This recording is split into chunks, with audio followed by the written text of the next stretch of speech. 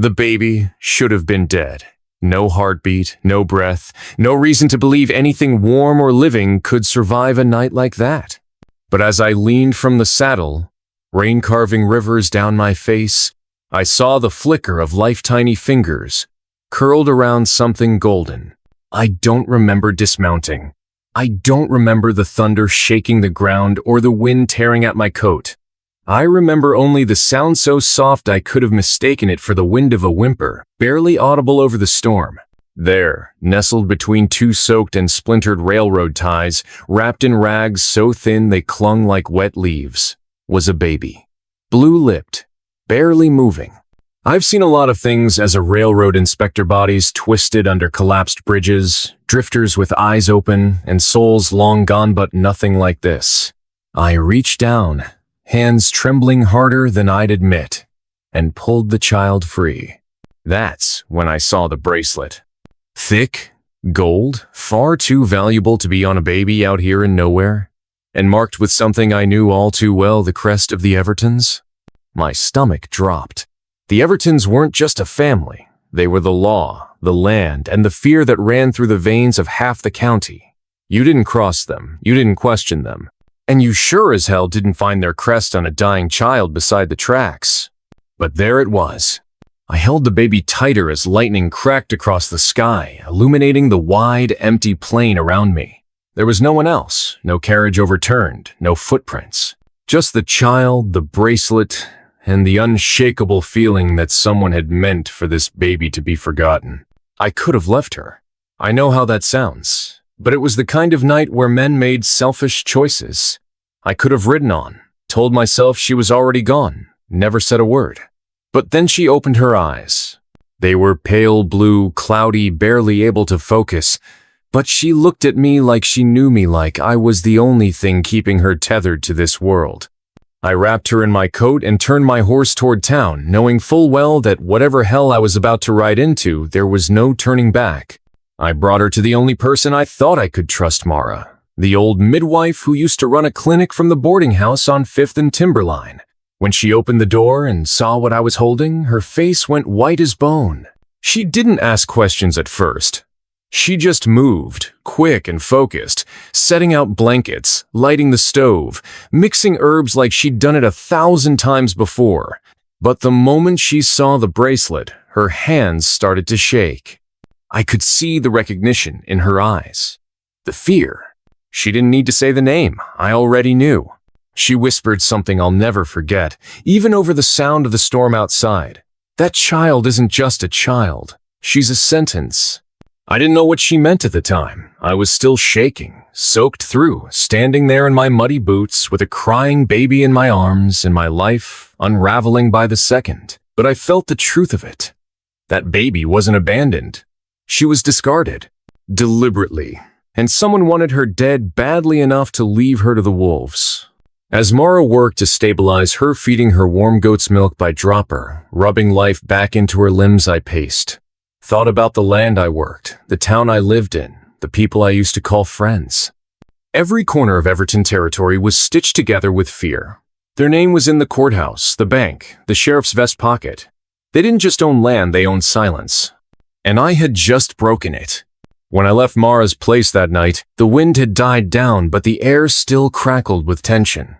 I wrapped the baby in my duster and rode for my cabin up in the ridge, where the lights of town couldn't reach. I figured I had maybe a day, maybe less before someone came looking. I was wrong. It was barely dawn when I saw them. 3 riders, moving slow along the main trail, heads low, rain dripping from their hats. They weren't looking for strays. They were hunting. And somehow, they already knew. I didn't wait. I packed what little I had, some jerky, a bottle of rainwater, a spare revolver, and rode deeper into the hills. I didn't have a plan, just distance, just time. Just the faint hope that if I stayed moving, I could figure out what the hell I was supposed to do next. The baby, she didn't cry much. Just watched me with those 2 wise eyes, the kind you don't expect on something so small. I tried not to think about what would have happened if I hadn't found her. Tried not to picture the wolves or the vultures, but the image stayed with me, gnawed at me. Then came the knock. Not on a door. On my soul. A memory. Years ago, I'd been called out to inspect a collapsed trestle near Red Hollow. Nobody told me there'd been sabotage. Nobody told me a crew had been rerouted through that section. I arrived to find 4 dead men and a 5th still breathing barely. His name had been Thomas Brannick. He was a surveyor, honest man. He'd whispered one word before he died. Everton. I'd tried to report it. Sheriff told me I must have misheard.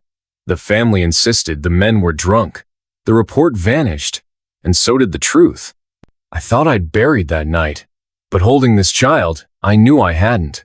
I was right back where I'd started, staring down the same empire of shadows, and this time I had a target on my back. Or maybe something worse. A responsibility. That first night in the hills, I didn't sleep, just kept riding. I found a hollow between the rocks, out of sight, and huddled there with the baby against my chest. I couldn't stop thinking about the bracelet. I turned it over in my fingers, trying to make sense of the engraving an eagle clutching a set of scales, the family motto etched in Latin. Below it, initials. E.L.E. Eliza Lillian Everton. The youngest daughter. Rumor was she'd run off years ago. Nobody ever said where. Some claimed she'd eloped with a ranch hand. Others whispered she'd been handled, as the Evertons put it. But now, the pieces began to align in my head. A hidden child. The right age.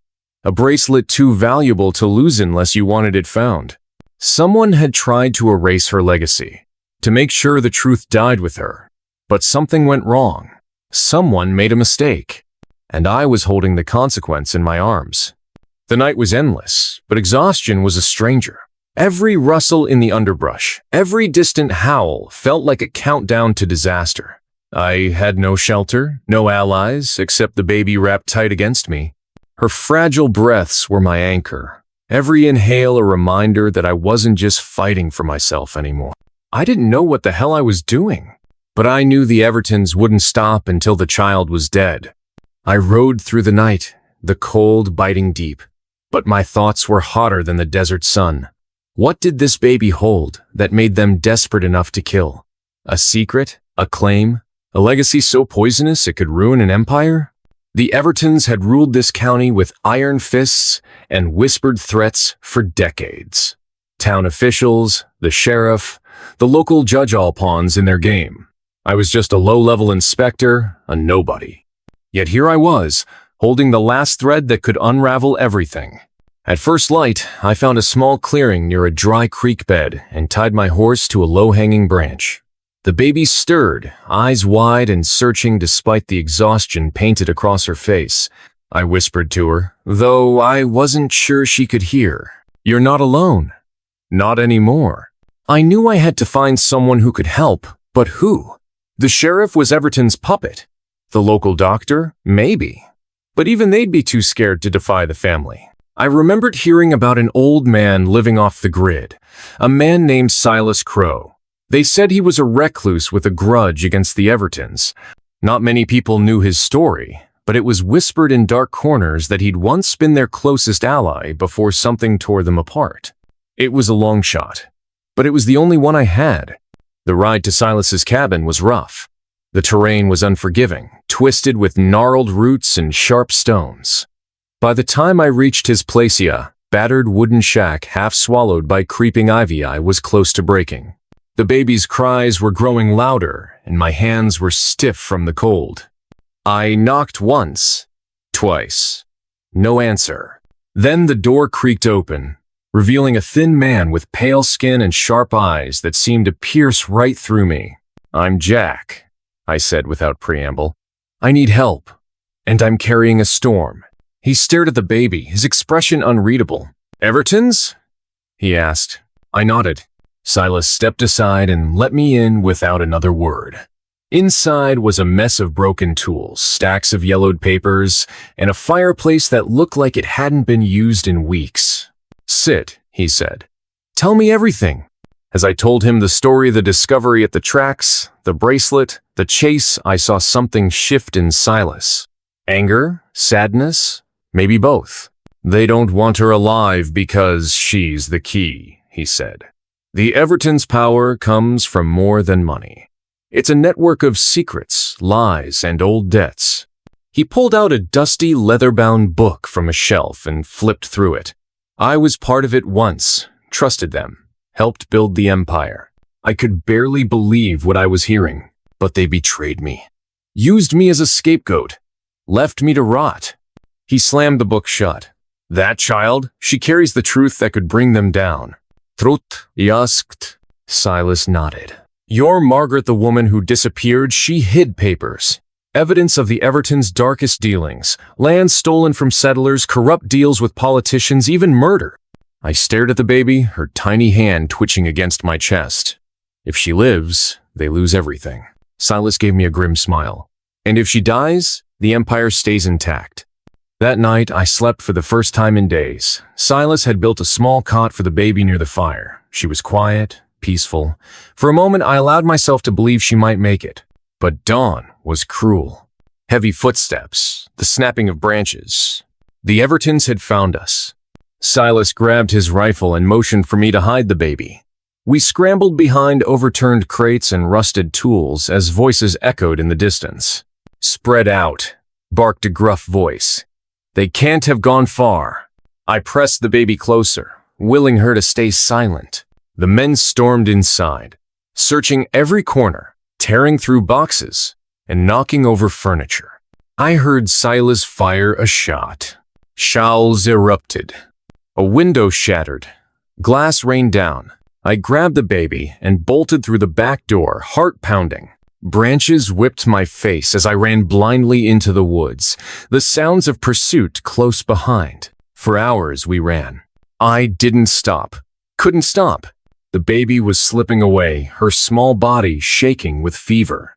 At some point, I stumbled and fell, scraping my hands raw. The baby cried out, weak but alive. I cursed myself for bringing her into this nightmare. But there was no turning back.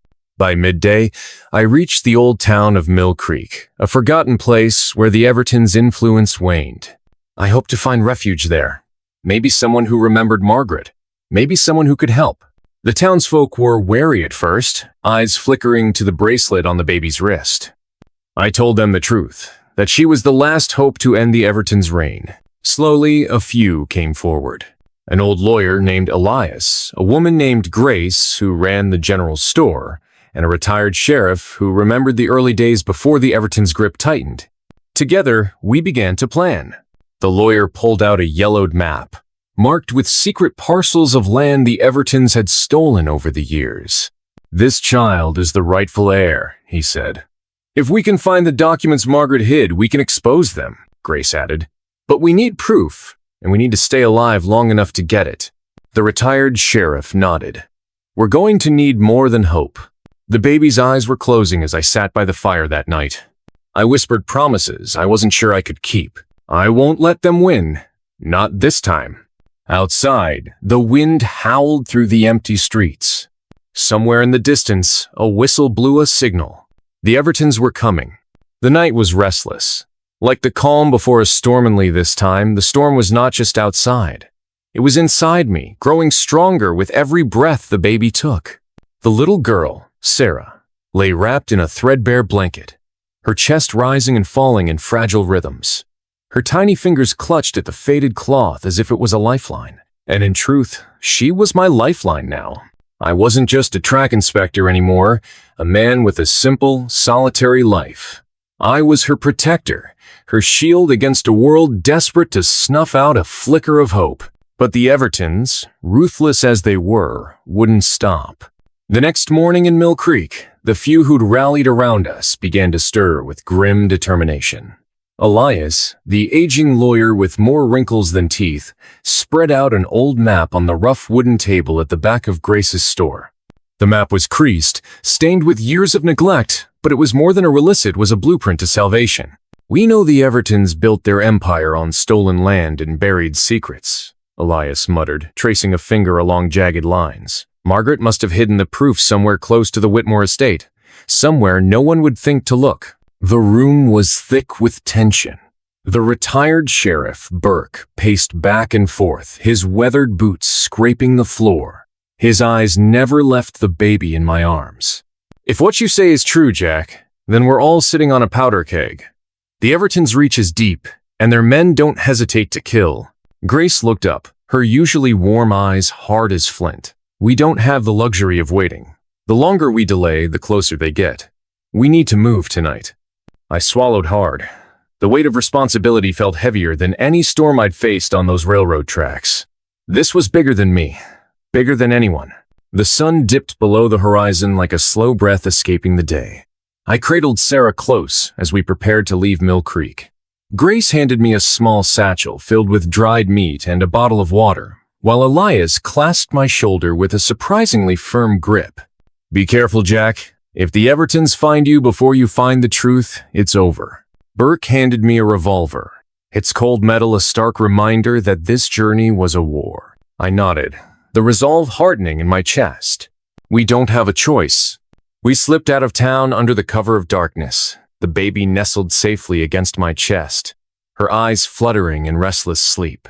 The road ahead was uncertain, the night thick with shadows and silent threats. Hours later, we reached the outskirts of the Whitmore Estate's sprawling mansion with faded grandeur. The place looked abandoned, vines crawling up the cracked stone walls, windows boarded up, as if time itself was trying to erase the sins buried within. I felt the weight of history pressing down on me. This is where Margaret hid the papers, Elias whispered, pulling out a small, faded journal she'd left behind in the lawyer's possession. The entries spoke of secret meetings, bribed officials, and land deeds signed in shadows. Her last note says the evidence is hidden where no man dares to tread, beneath the watchful eyes of the forgotten. Burke grunted. Sounds like a graveyard. I glanced up at the old oak trees looming over the estate's grounds. Their twisted branches clawed at the sky like ancient sentinels. We moved cautiously through the estate, every step a reminder that we were trespassing into the Evertons' domain. Suddenly, a low rumble echoed through the silence. From the shadows emerged silhouettesmen on horseback, their faces obscured by scarves and hats. Evertons, Burke muttered, raising his gun. We scattered, heartbeats pounding, as bullets tore through the night air. I darted behind a broken stone pillar, clutching Sarah tighter than ever. The baby whimpered but stayed silent. Grace and Elias fired from behind a collapsed wall, buying us precious seconds. But the Evertons were relentless, their hatred fueled by years of unchecked power. I realized then that they weren't just hunting a child, they were hunting the future. The firefight was brutal and swift. Elias fell, a bullet piercing his chest, as he shouted for us to run. Grace was grazed but kept moving, her determination fierce. Burke and I managed to slip away into the dense woods surrounding the estate. I ran blindly, branches whipping my face, the baby's cries spurring me on. The Evertons' men shouted orders behind us, their voices cold and merciless. We couldn't stop. Not now. Hours later, exhaustion took its toll. I collapsed against a tree, Sarah trembling in my arms. Her tiny face was pale, fever burning through her fragile body. I whispered promises into the night, my voice cracking. We're going to find the truth, Sarah. We're going to bring them down. But doubt crept in like the shadows. How could one man, with a baby and a handful of broken allies, take on an empire built on blood and lies? As dawn broke, a strange calm settled over the forest. We stumbled upon an old cabin, smoke curling from its crooked chimney. A woman stepped outside, her eyes sharp and wary. You look like you're running from hell, she said. I nodded. I can help, she continued. But it'll cost you. Her name was Miriam, a healer and keeper of secrets. Inside, the cabin was filled with herbs, faded photographs, and maps. She tended to Sarah, her hands gentle yet sure. I've heard whispers about the Evertons' fall, Miriam said. There's a resistance growing, people who want to see them toppled. She handed me a letter, sealed with a symbol I didn't recognize. This is from the underground. They want you to know you're not alone. For the first time, a spark of hope flickered. But hope came with a price. That night, as Sarah slept peacefully for the first time, the cabin door burst open. Men with grim faces and cold eyes flooded in. The Evertons had found us again. I didn't have time to breathe before the first man crossed the threshold. His silhouette blocked out the pale moonlight, like a door swinging shut on our last bit of hope. I lunged instinctively toward the cradle, grabbing Sarah and clutching her close to my chest. Her warmth steadied my shaking hands. Across the room, Miriam had already knocked over a lantern, plunging the cabin into chaos. Flames licked the walls and smoke poured into the low-beamed ceiling. It was hard to tell who fired first. The thunder of gunshots crashed against the tight walls like a stampede of demons. My body reacted on instinct, hurling us through the rear window as splinters bit into my back. We landed hard in the brush behind the cabin. My boots found traction in the frozen earth, and I ran without direction, without a plan, only knowing that every step away from that cabin was a step toward keeping Sarah alive. Behind us, the crackle of fire and screaming men turned the night into a nightmare. Miriam's voice rose in a howl that was silenced too fast, and I knew she hadn't made it out, guilt tangled with grief. But I couldn't stop. Not yet. Not until we were safer buried. The forest swallowed us, merciful in its darkness. I moved in silence now, each footstep a prayer that no twig would betray us. Sarah whimpered softly, a sound that cut deeper than the gunfire. I murmured to her, words without meaning, just the rhythm of comfort. My legs were weak, breath ragged, and I didn't know how long I could carry both of us. But the thought of her alone, unprotected, lit a fire inside me that no exhaustion could drown. By dawn, I found a hollow beneath a thick pine tree and slid beneath it, wrapping Sarah in the last dry layer of my coat. I didn't sleep, I watched, eyes wide in the silence, listening for the hooves, the footsteps, the cruel laughter of men who thought they owned the world. The kind of men who'd kill a child to preserve their claim to power. That day passed in silence. No one came. No voices, no search party. Either they thought we were dead, or they were waiting for us to resurface. When night fell, I moved again, following the edge of a dried creek bed. The path was narrow and crooked, but it led us west toward the outlaw town of Bitterhorn. It wasn't safe, not even close. But in a place built on the backs of runaways and ghosts, at least no one asked questions. Bitterhorn sat between two ridges like a forgotten thought, its wooden buildings leaning like drunks at last call. I rode into town on a stolen mule. Sarah swaddled in a saddlebag and paid in silver dust for a room above the saloon. The bed was small and the room stank of whiskey and mold, but it was shelter. I tucked Sarah beneath the quilt and sat beside the window with my revolver in hand. From up here, I could see the street below me passing under flickering lanterns, women leaning out of windows, drunks howling at the stars. This was a place for the broken and the dangerous, and that made it perfect for disappearing. But I knew it wouldn't last. Because now, everyone was hunting something that couldn't be silenced. It wasn't the baby that scared them, it was what she represented. Proof. Legacy. A chain that could drag their lies into daylight. On the third night in Bitterhorn, a note slid beneath my door. I didn't hear footsteps, no knock, just the whisper of paper against wood. I opened it with the caution of a man who expected poison.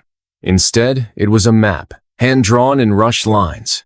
A black X marked the base of a ravine just past Devil's Ridge. 3 words were scribbled beneath the sketch: "The truth sleeps here." My heart jumped. Margaret's hiding place. Maybe it wasn't a myth after all. If this was real, if the evidence of her marriage and child's birth were buried there, then I had a shot. A real shot. Not just to save Sarah, but to destroy everything the Evertons had built on blood. I packed before dawn, left Bitterhorn in silence, slipping out the back alley like a ghost. We rode east, into the desert. It took 2 days to reach Devil's Ridge. The canyon was vast and cruel. The kind of place where voices got swallowed and bones baked white in the sun. But at the bottom, right where the rocks split in two, I found it. A tin box, half buried beneath stones.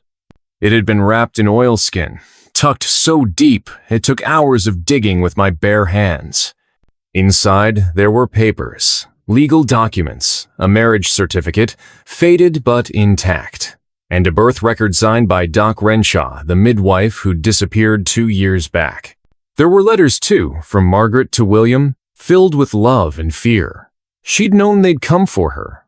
She'd known this baby might be all that was left of them. I held the documents like they were sacred, because they were. This was the truth, inked in fear, buried in hope. And then I heard it. Hoofbeats. Fast, too many for a small posse. They'd found us. Again. This time, there was no cabin, no ally, no miracle. Just me, a baby, and a tin box full of truth. I grabbed Sarah, shoved the documents inside my satchel, and sprinted for the nearest ravine wall. I found a narrow crack in the rock, just wide enough to squeeze through, and climbed. The baby was silent blessedly, impossibly silent as I clutched her against my chest and scaled the red stone wall. Behind me, the riders thundered into the canyon floor. I watched from above as they dismounted, searching the ground like wolves on a scent. One of them knelt beside the disturbed stones and held something up a strip of cloth from my coat. Voices shouted. Guns were drawn. They knew we were close. I didn't wait to see who led them. I just ran. Miles later, as the sun dipped and the desert turned red with heat and fear, I stumbled into a dry cave at the edge of the rock face. There, I collapsed. I held Sarah against my chest and rocked her in silence, feeling the tremble of her breath and the weight of our survival. Ved made it. For now. But I knew this wasn't over.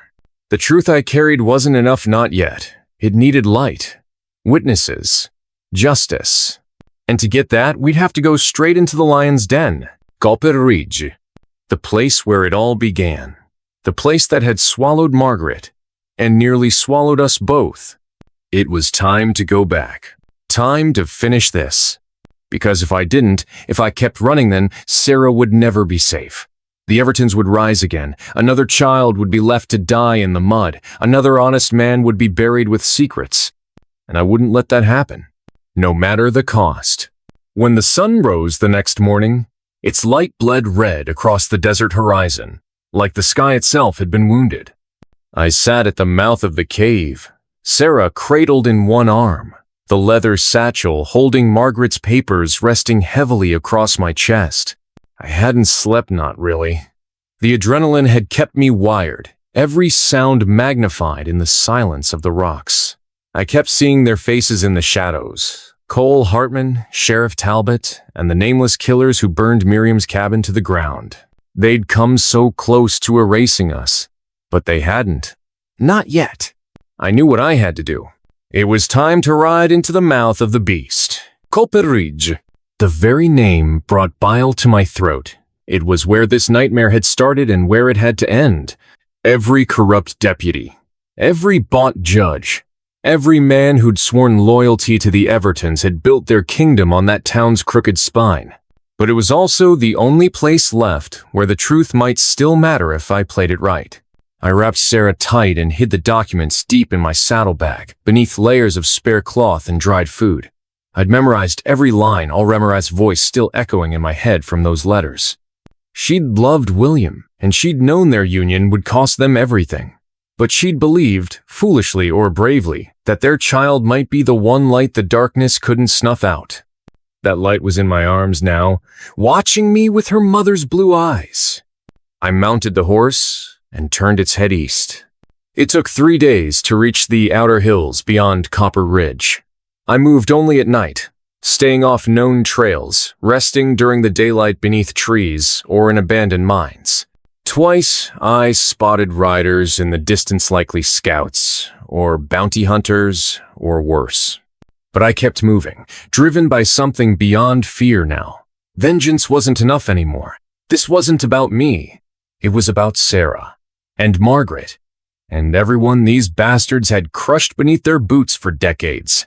On the 4th night, I arrived. The lights of Copper Ridge flickered like ghostly fires across the valley. From the hill above town, I could see the church steeple, the jailhouse, and the whitewashed columns of the Everton estate rising like a monument to theft. The saloon still boomed with piano music. Men still stumbled in and out of the brothel. Nothing had changed, and yet everything had. I didn't go into town immediately. First, I found Clara. Clara Burnside had been Margaret's closest friend. They'd grown up together, sewn dresses side by side, whispered secrets over fences when they were girls.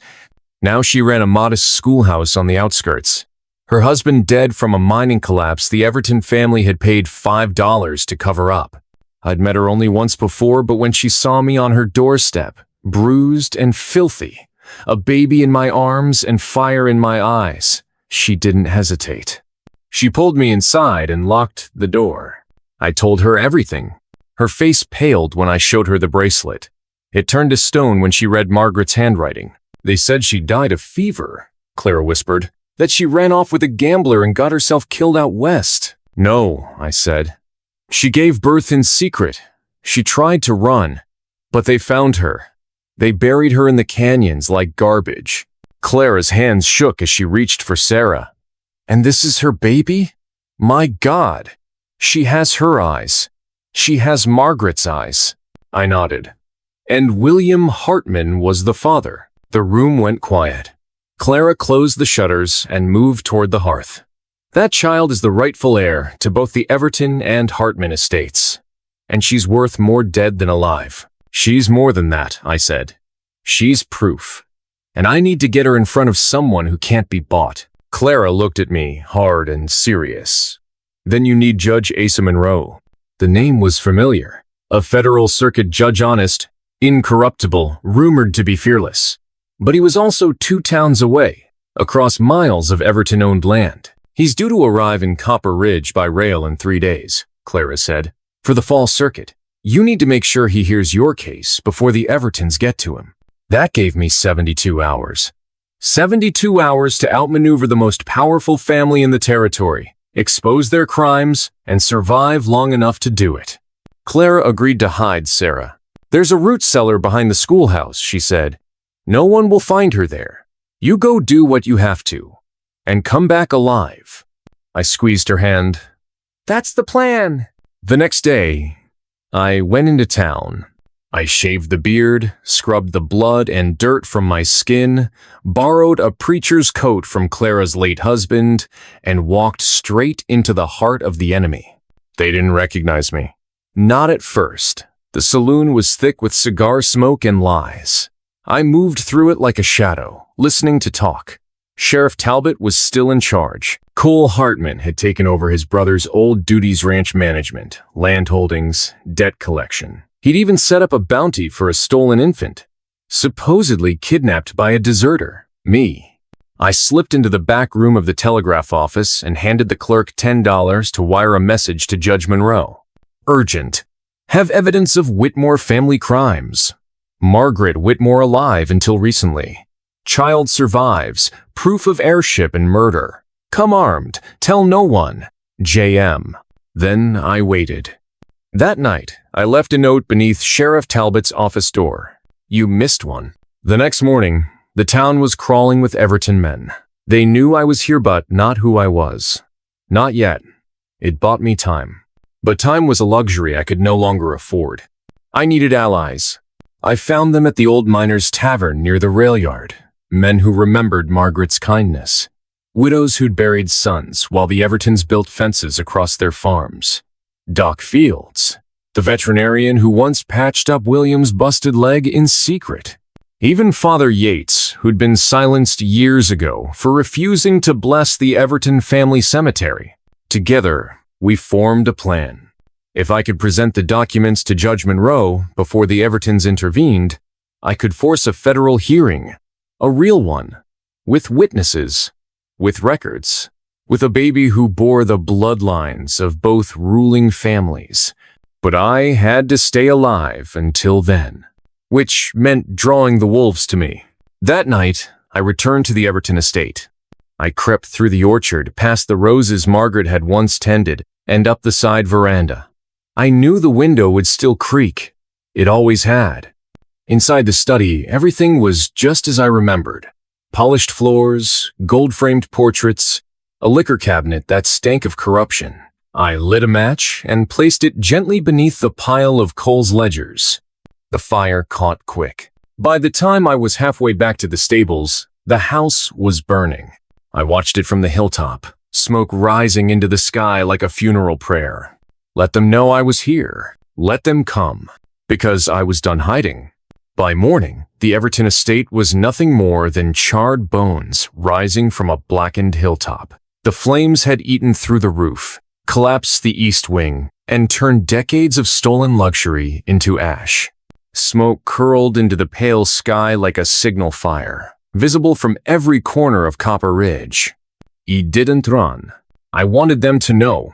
Every fence post, every acre of land they'd stolen from honest men, every lie stitched into the banners of their legacy was beginning to burn. And I was only getting started. By midday, the posters were up. Wanted. Jack Morrison. Armed and dangerous. Kidnapper. Arsonist. Reward. 5-0. The ink wasn't even dry before half the town started watching over their shoulders. That kind of money could buy a lot of silencer, a lot of betrayal. I didn't care. The fire had done what I needed it to do. It flushed the rats from their holes. By noon, Sheriff Talbot had doubled the patrols. Deputies dragged people out of shops. Horses were saddled with rifles strapped across their backs. And strangers started pouring into town, mercenaries in trail-dusted coats with dead eyes and faster draws than conscience. But he still had team. 2 more days until Judge Monroe arrived by rail. 2 days to survive. I spent that first night hiding in plain sight. The old undertaker, Mr. Blythe, owed me a favor from years ago when I helped bury his son without charging a cent. I spent the night sleeping beneath a closed casket in the embalming room, the formaldehyde thick in my throat, the floor cold beneath my spine. I held my revolver across my chest like a child clutching a toy against the dark. I didn't sleep much. The next morning, I met Clara behind the schoolhouse. She looked haggard, pale beneath her bonnet, her eyes rimmed with fear. But Sarah was still safe, wrapped in thick wool and hidden beneath the floorboards of the root cellar, cooing softly, unaware of the war tightening around her. "She's got your calm," Clara whispered, brushing a hand over the baby's head. "No matter the storm." "She's got her mother's courage," I replied. I handed Clara a second satchel, the copies of Margaret's letters, the marriage certificate, and the land maps showing Everton thefts and Hartman fraud. Originals were tucked deep in the saddlebag, buried outside the canyon. But if something happened to me, these needed to make it to the judge. "You see Monroe before I do," I said. "You give him this, no matter what." Clara nodded, lips trembling. Then the gunshots started. Sharp, distant pops echoing from the far side of town. 3 shots, then silence. A signal. They knew. I didn't even have time to reach for Sarah before Clara shoved me back. "Go. Lead them away from the school. I'll keep her safe. I won't let them hurt you."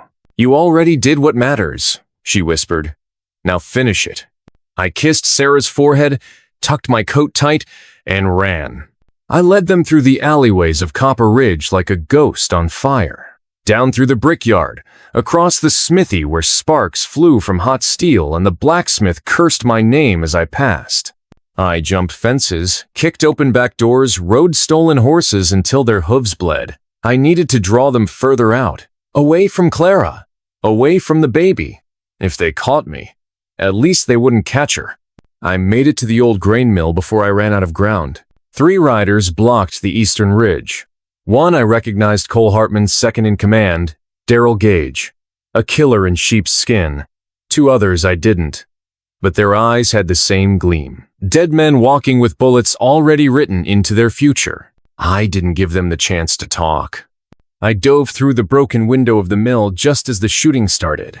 Wood splintered around me. Grain dust exploded in clouds. My shoulder caught the edge of an iron crank, sent me spinning, landing hard. My revolver skidded across the floor. I rolled behind a beam, reached for it. Too late. A boot crushed my wrist. I looked up. Sheriff Talbot.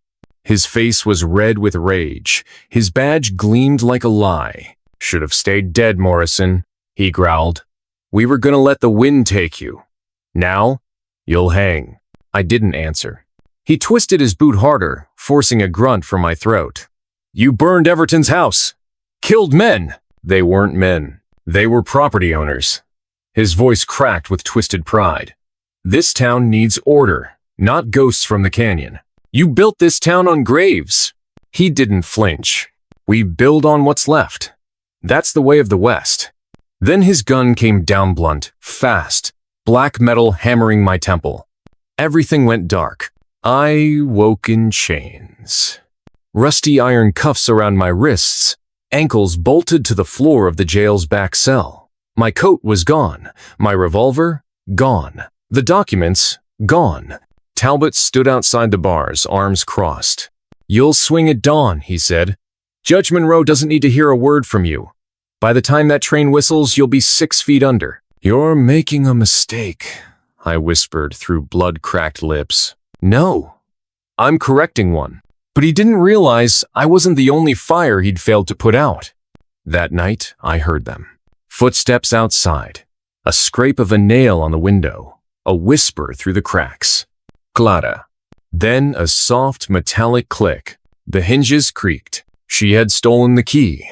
I didn't have time for thanks. We ran into the night like hunted animals, ducking beneath shadows, slipping past the saloon, the church, the silent town square now crawling with bounty men. She led me to the church cellar. Doc Fields was waiting, his face pale, hands shaking, revolver clutched too tight. But he nodded. We don't have much time, Clara whispered. Monroe's train comes tomorrow. You'll get 10 minutes before they try to stop you. I'll make them count. Do more than that, she said, placing Sarah in my arms once again. Make them matter. She didn't need to say what we all knew. If I failed at the station, there wouldn't be a second chance. The documents were in my coat again. The baby was fed, quiet, eyes wide, with that same eerie wisdom that still made me believe we might win.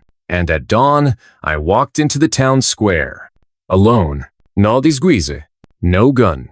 Just a baby in one arm and the truth in the other. They surrounded me within seconds. Guns drawn. Orders shouted. Cole Hartman's voice snarling from the jailhouse porch. You really think walking in with the bastard child is going to change anything? No, I said quietly.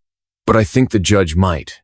And just then right on cue came the long, low whistle of the approaching train. Steel shrieked against steel. The federal seal gleamed on the side of the passenger car. Judge Asa Monroe had arrived, and I was still breathing. The train screeched into the Copper Ridge station like a bullet from heaven. Steel wheels grinding, smoke coiling upward like a war cry. Even through the haze of dust and ash, I could make out the gold trim on the side of the lead passenger car U.S. Judiciary bold letters that had the power to unravel everything the Everton-Hartman alliance had built. And I was standing right there, covered in dried blood, holding the baby they wanted dead more than anything else on earth. For a moment, no one moved. It was as if time froze. Sheriff Talbot's hand hovered over his holster. Cole Hartman stood a few feet away, fury written in the tightness of his jaw. Townspeople peeked from saloon doors and upper balconies, watching the scene unfold like they knew history was about to shift and it would either end in freedom or in a noose. I took one slow step toward the platform. Sarah whimpered softly in my arms and I tightened my hold. Her breath was warm against my collarbone. Everything I had done, every man I'd shot, every fire I'd lit, every lie I'd torn down had led to this exact moment. The baby stirred again, and I whispered against her ear like a prayer. We're almost through. Judge Asa Monroe stepped off the train with a steel cane and a sharp gaze that could slice through granite.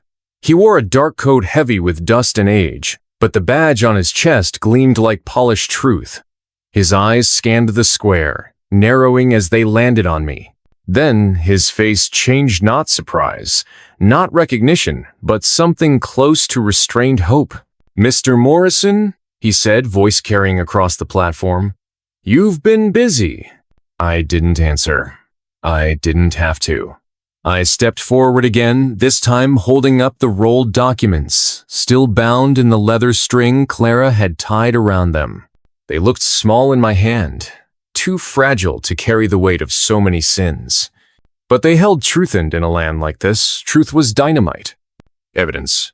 I said, my voice calm, controlled. Legal records, marriage certificate, land fraud ledgers, and testimony from Dr. Richard Fields and midwife Caroline Henderson. Margaret Whitmore was married to William Hartman. This child is their legitimate heir. Gasps rippled through the crowd. I saw movement in the corner of my eye, Talbot taking a half-step forward, gun twitching in its holster. Judge Monroe raised a hand. Lower your weapons. No one moved. I said, lower them. Now. That's when I saw it just behind Monroe, stepping off the train. 2 federal marshals. Long coats, rifles across their backs, and the kind of composure that only comes from knowing your bullets are sanctioned by Washington itself. That changed everything. Sheriff Talbot's hand fell from his gun, but Cole Hartman didn't move. He stepped toward me, slow and measured, his eyes locked onto the baby. It wasn't hate in his stare anymore, it was panic. The kind of panic born from knowing your empire is about to fall into the hands of someone you tried to erase from history.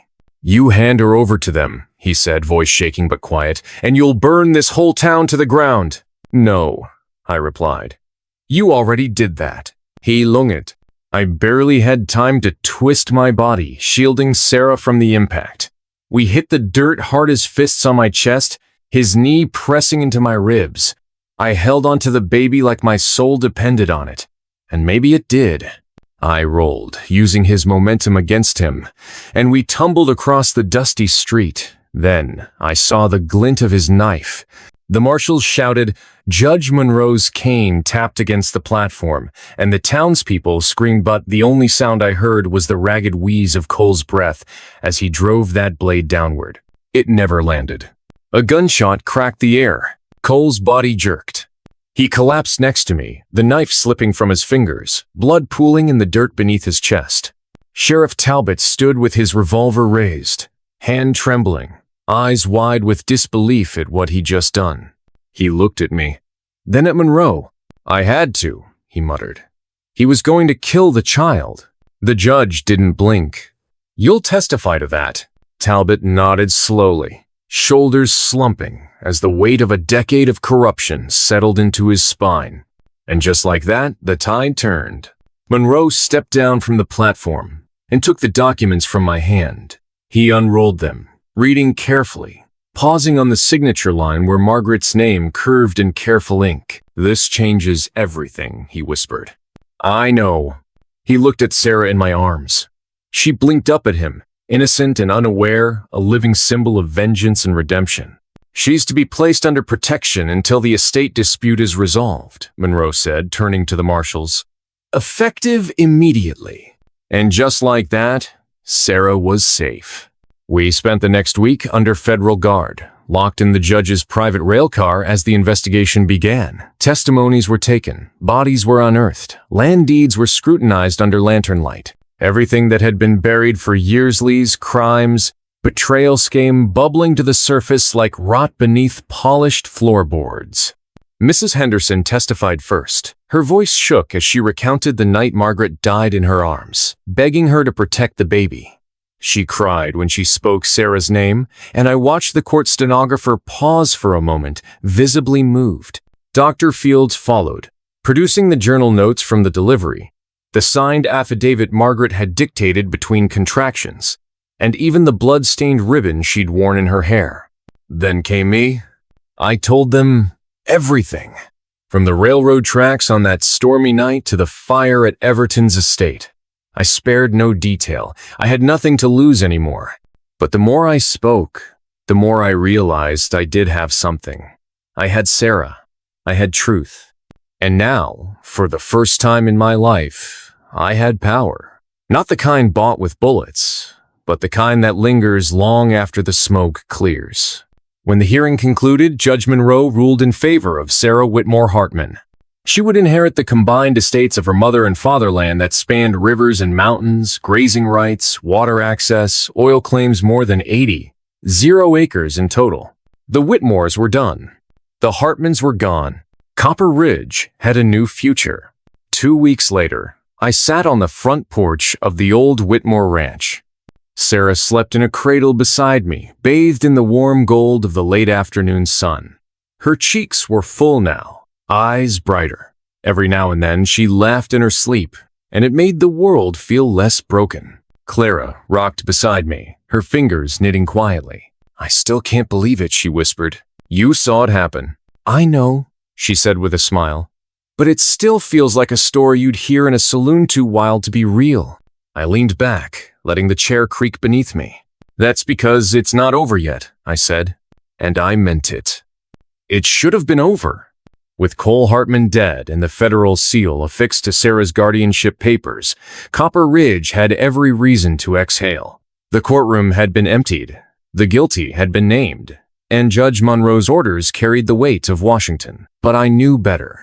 Evil didn't die just because a judge signed a decree. It lingered in whispers, in glances, in the places where justice hadn't quite reached. The ranch, though legally Sarah's, still pulsed with old ghosts. I felt them every time I walked the halls. The floors creaked with secrets. The silence in Margaret's bedroom was a kind of grief I couldn't scrub clean. I'd been given legal control of everything land. Cattle, water, roots, but it didn't feel like ownership. It felt like a burden.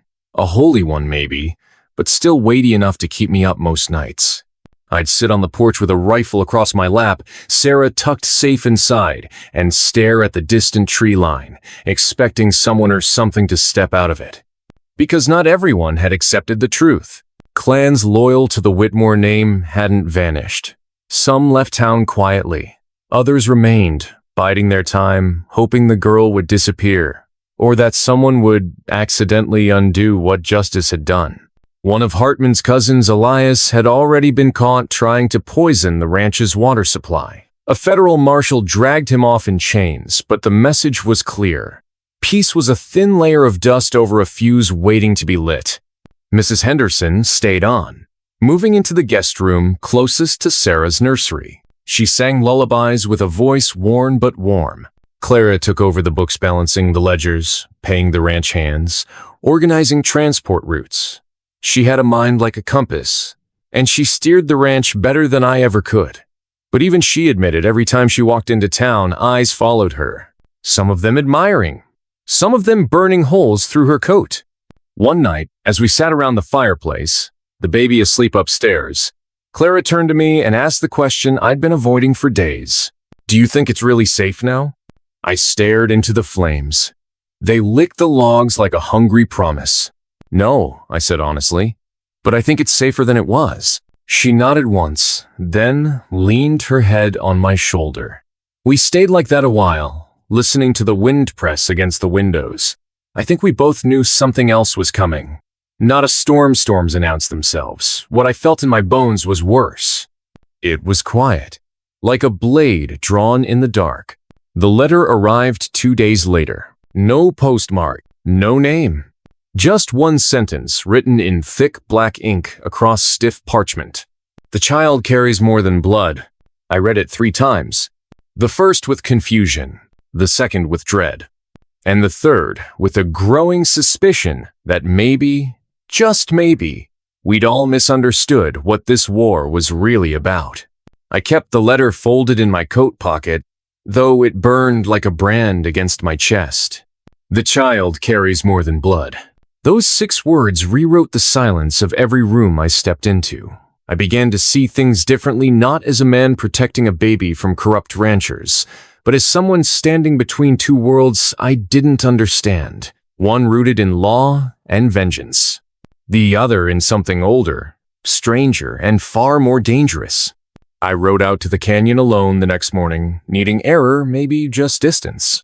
The Apache smoke signals had stopped weeks ago. Chief Running Bear had gone quiet since delivering the land rights papers to the federal judge. But I knew he was still watching.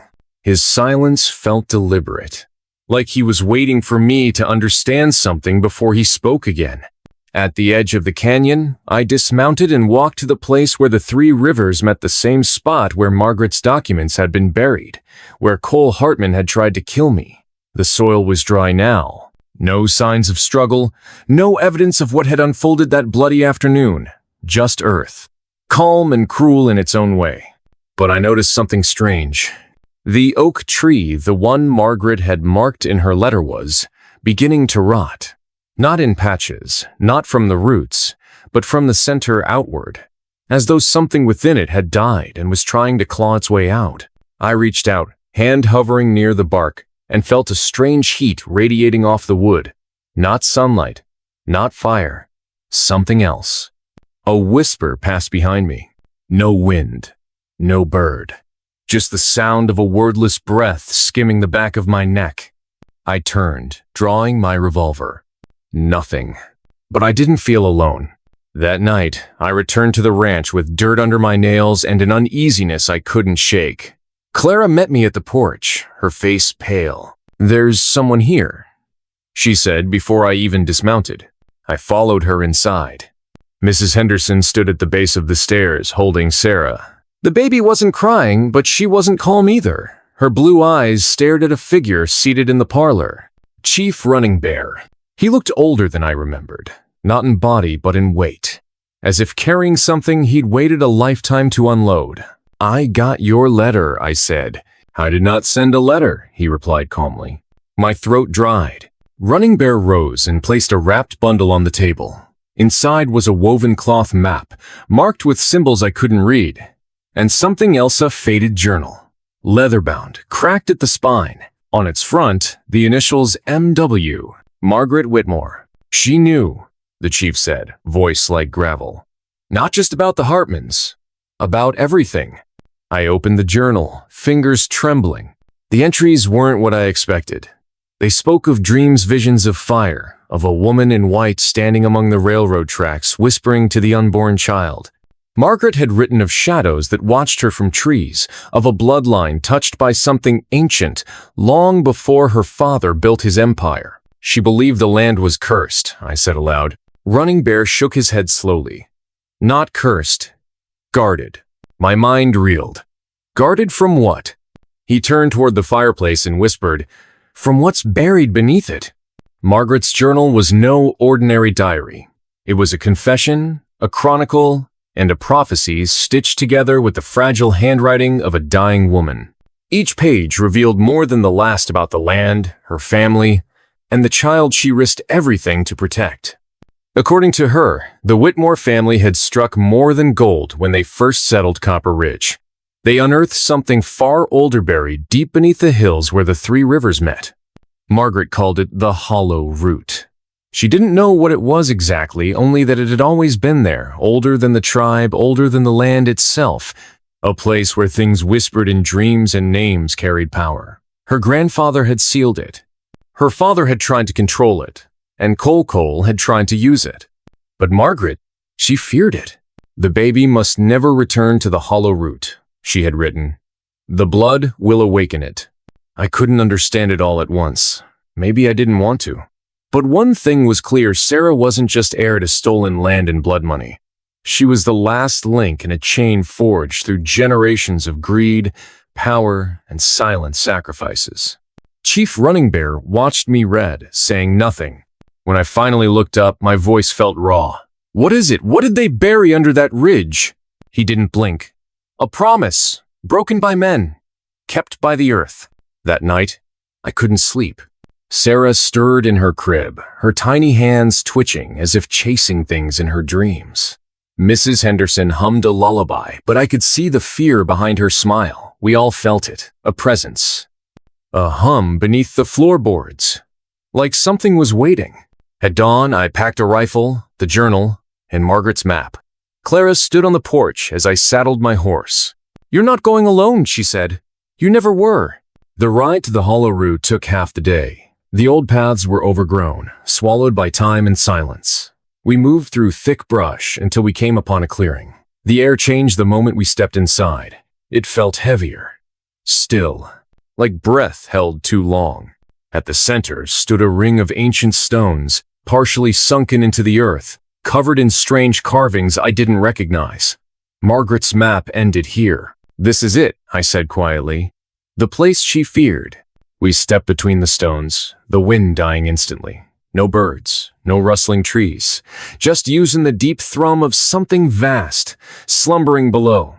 We made camp outside the ring. I didn't know what I was supposed to find. Maybe answers, maybe closure. But as night fell, I realized I'd been wrong all along.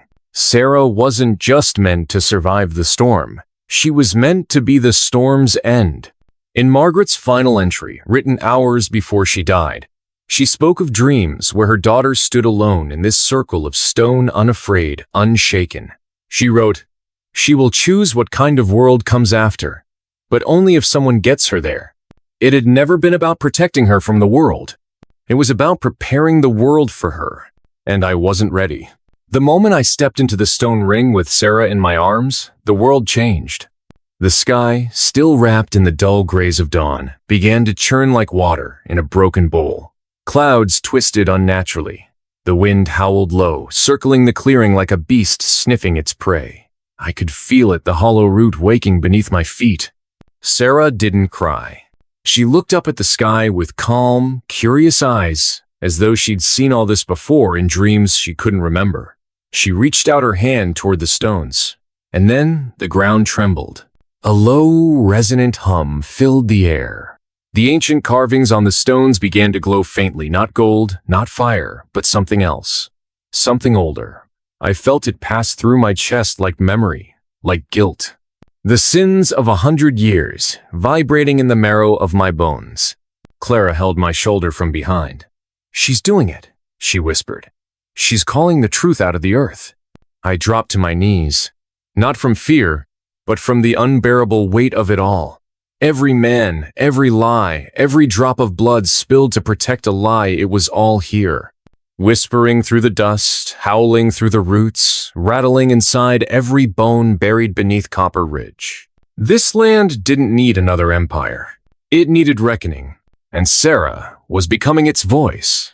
I watched as light bled from the stones and into her fingertips, not burning her, but wrapping around her like an old song, one meant only for her. The hollow root wasn't a curse, it was a gate. And for generations, the Whitmores had buried the key in shame. Now, it was unlocked by innocence. The wind died, the light faded, and silence returned. Sarah blinked, then reached back toward me as if nothing had happened. But I could feel it in the stillness around us. The war was over. The Whitmore legacy, the lies, the violence, they were burned away in that ring of stone. Later that week, Chief Running Bear stood before the territorial judge, presenting Margaret's marriage certificate, land titles, and Sarah's rightful claim. Coleman, wounded and stripped of his badge, confessed under oath. With Hartman dead and the truth laid bare, the empire fell like a house built on sand. The Apache regained their water rights and ancestral lands. Clara opened a schoolhouse where the old Whitmore stables once stood. Mrs. Henderson, tired, but full of life, swore she'd live long enough to see Sarah ride a horse and fall in love. And me? I left the cabin one night just after the first snowfall and buried my old revolver beneath the roots of the oak, the same place where Margaret had once buried her truth. I no longer needed a weapon. I had something far stronger purpose. Today, Sarah walks these lands not as an heiress, but as a living answer to a question the land has asked for a century. Can we do better? And I believe we can. I see it in her eyes. The way she shares her food with kids who have less. The way she asks questions about everything, not to challenge, but to understand. She carries the storm in her bones, but also the light after it. Not everyone believed a single life could change the course of a whole territory, but they hadn't met Sarah Whitmore. If this story moved you, don't keep it to yourself. Comment your favorite part and share it with someone who believes in the power of truth. Subscribe for more stories where courage, legacy, and conscience collide. Because sometimes, the smallest soul can echo the loudest through time. And sometimes, justice rides in on horseback, cradling a child in the rain,